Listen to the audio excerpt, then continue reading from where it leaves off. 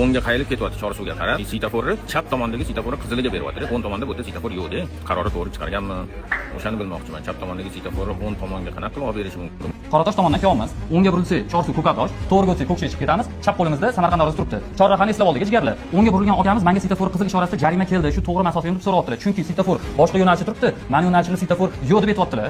Lekin hamma yo'l berib o'ngga burilish mumkin degan znakam yo'q. Ustiga ustak to'xtash chizig'i ham bor. Agar to'xtash chizig'i bo'lmaganda edi, svetoforga bo'ysunmasa bemalol o'ngga harakatlansak bo'ladi. To'xtash chizig'i bo'lsa, svetofor ishoralari bizga ham taalluqli. O'ngga burilishni ham to'xtatib turishimiz kerak degani. Bu videoni ko'rib hayron qoldim. Menimcha bu chorrahalarni biladigan odamlar ham hayron qolishadi. Bu jarima tushirilgan chorraha boshqa chorraha. Tushuntirilgan chorraha umuman boshqa chorraha-da. Haydovchi ham bu dosga tushuntirgan odam ham noto'g'ri aytyapti. Ya'ni chorrahani adashtirib qo'yishdi bu yerda hozir.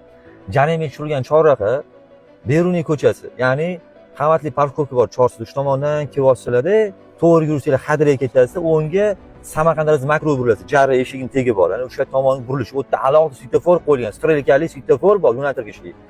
Stopini ham chizgan u yerda. U yerda jarima tushadi haydovchilar. Alohida svetofor qo'yib tushunib ko'rishmaydi shu svetoforni ham. Lekin Qoratoshdan kelib Samarqand orasi ko'chasi, ya'ni Chorsuga qarab burilishda o'ng qo'lda, u yerda alohida svetofor qo'yilmagan o'ng qo'lda va asosiy svetofor strelka to'g'riga qaratib qo'ygan. Farqi bor u yerda. Iltimos, oldin video chiqarishdan qaysi chorrahaligini o'rganinglar, undan keyin chiqaringlar.